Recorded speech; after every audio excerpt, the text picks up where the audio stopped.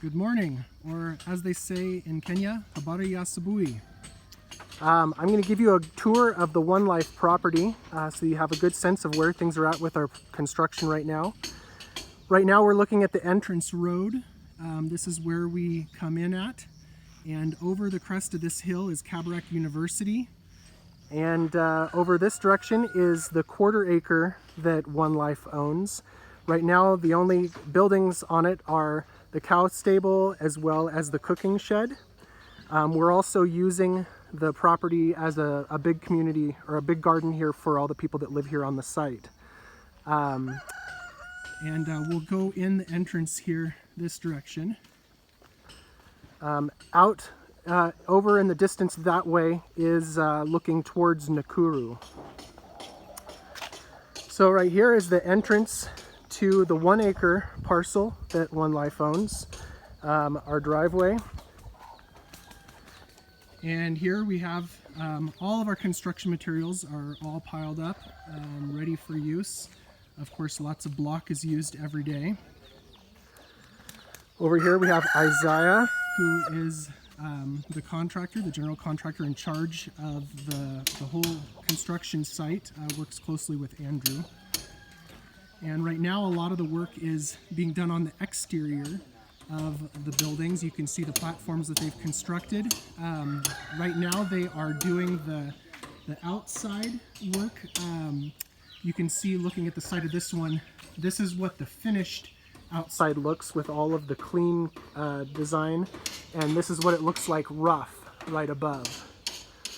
So as you can probably tell, the bottom floors are more or less finished, actually not all the way, but livable.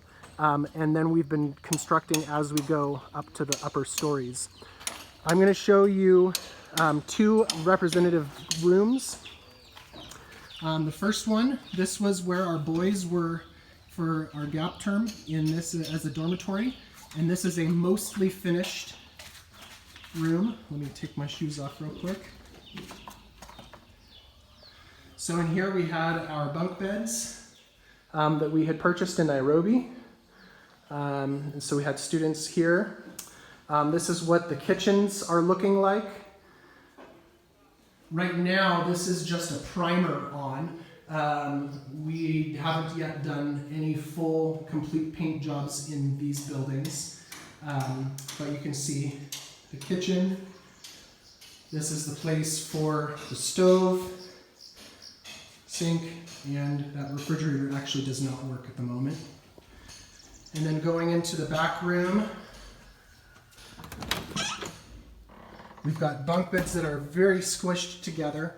We're actually looking at getting beds that are custom and smaller.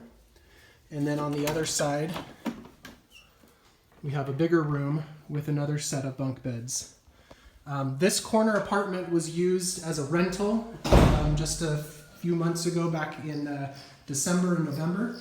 We had residents that are at Kabarak in the family medicine program staying in here.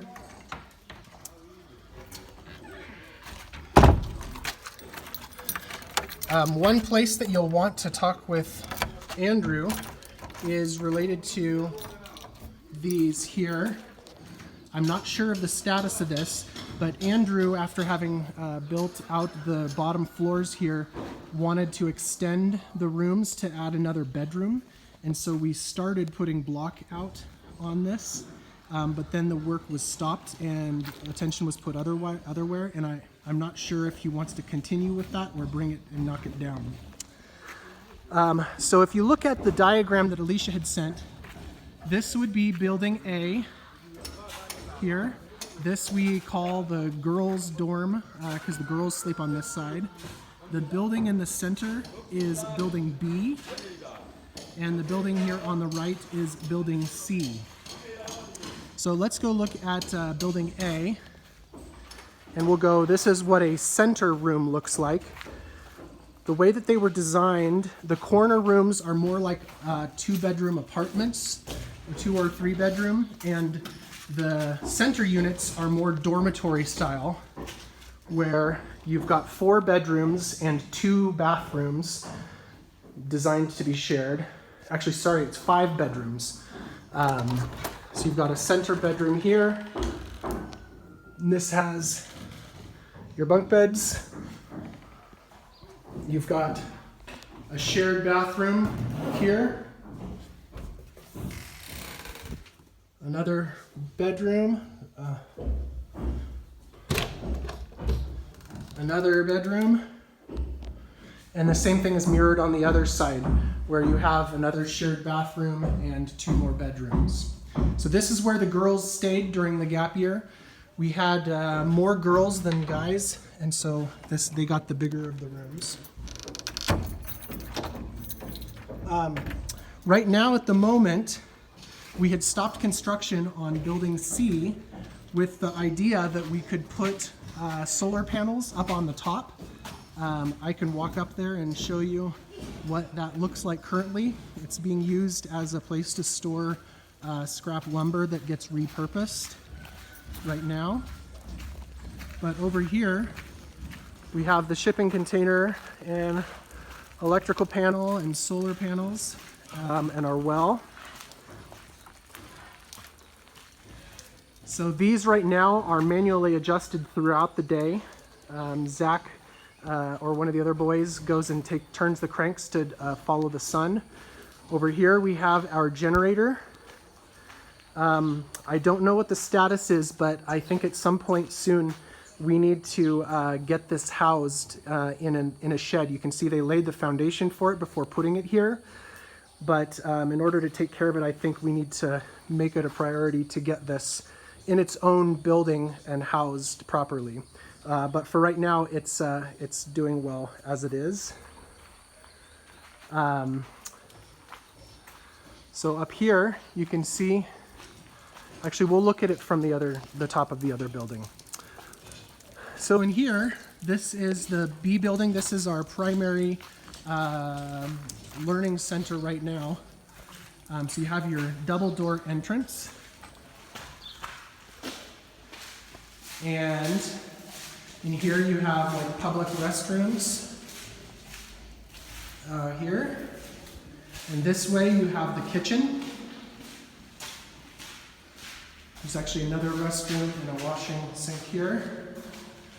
So this was our primary area for classroom instruction and as well as eating. So it was kind of a multi-purpose room. You can see that it's kind of small. We were able to fit 50, 60 kids in here for camp, but it was very crowded, that we need more gathering space. And it's still, as you can see, somewhat under construction. But this is actually a final coat of paint. The paint is actually very nice. Things wipe off very easily here. But this is the kitchen. Eventually going to have storage cabinets down below, cooking stoves over here. You've got your sink. And you've got a really nice serving area. Like this could end up being a very nice and intimate eating area for people who are staying here for longer term. So down this hall, I actually don't have a key. Let's see if it's open. Down this hall, yeah, it's locked. We have residences that are more like dormitory style housing with each is like a studio room and a bathroom. We'll take a peek in here. So you can see you've got this dormitory style housing with a bathroom behind the cupboard there. This is actually where Redeemers stayed while they were here. They were in each of these rooms. They're more oriented towards someone staying in short term. We'll go upstairs. Now this ground floor is probably 80% finished, but now you can see as we go up that it's a lot more of the rough work, a lot more of the interior to be done. So down this way is actually very similar to what's downstairs that was locked off, where you could see this is like the size of the studio room. Got your window out to the walkway. Then you have a bathroom in here. So very small but easily livable space. We had decided to wall off the back part of it, and the reason for that is to create another multi-bedroom apartment for staff. And so over here is your entrance to another apartment. You can see it's got really nice windows all the way around. It's got a kitchen over on this side. Looking down here, it overlooks what's going to be in kind of like a courtyard area, and that down there is the entrance to our residence. So we live downstairs here. The top floors are for the Angukas, and their entrance is right there. And at the very, very top is like a big gathering meeting area that we would probably use for many different types of more intimate functions, but it's got a beautiful, beautiful view of the valley. So here you've got, in this room, you've got 2 bedrooms. So here's 1 and a bathroom, and 2 and a bathroom. There's actually another bathroom right over here, as well as for what was required is there needs to be an emergency exit for this floor. And so that's what this is going to be, and it's going to be a spiral staircase down. All right, let's go up to the 3rd floor.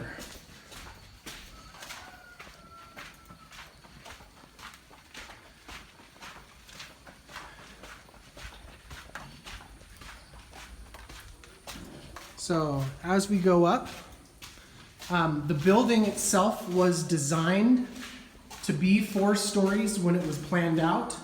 I'm not sure of the reasoning, but eventually it was decided to only be 3. And this next story was going to be the chapel. And then Andrew decided that we could end up doing the 4th story. So instead of turning this into the chapel, it now becomes a really great learning center. And I'll show you what that looks like here. You've got offices. Actually, this is a bathroom here. A bathroom here, bathroom here.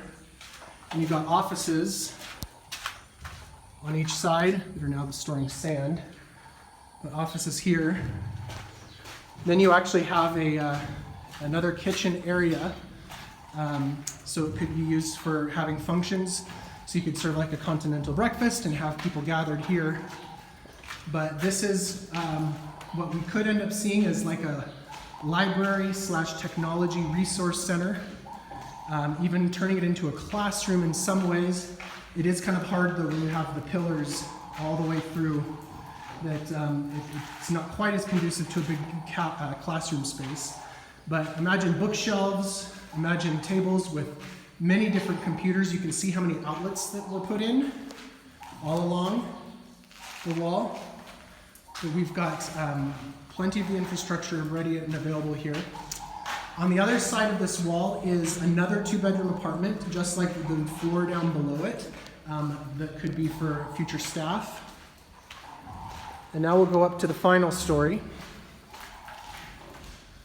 So the 4th floor is now going to be the chapel, and it will also have a big, sizable open classroom, which is very, very much needed here. You can see even with all this building space, there's very little places to have big gatherings here. So this is the big classroom space. There's only one like this on the entire site, so this will be in high demand. If we were to do more building, I could see us wanting to have more classrooms being built. I think these were originally for the pillars up, but I don't think that we're going to need pillars because we're going to have the rafters here on the top. So coming around this way, you come to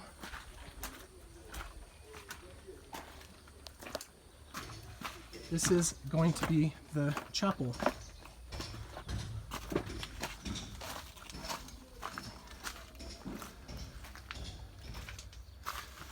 So you can see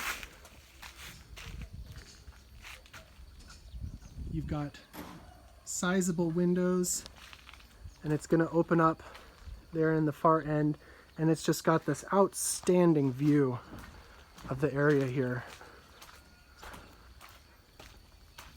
So go walk over this way. So because of all the apartments down below, it will extend all the way out to here and have very big windows looking out. And you could see it's just beautiful here.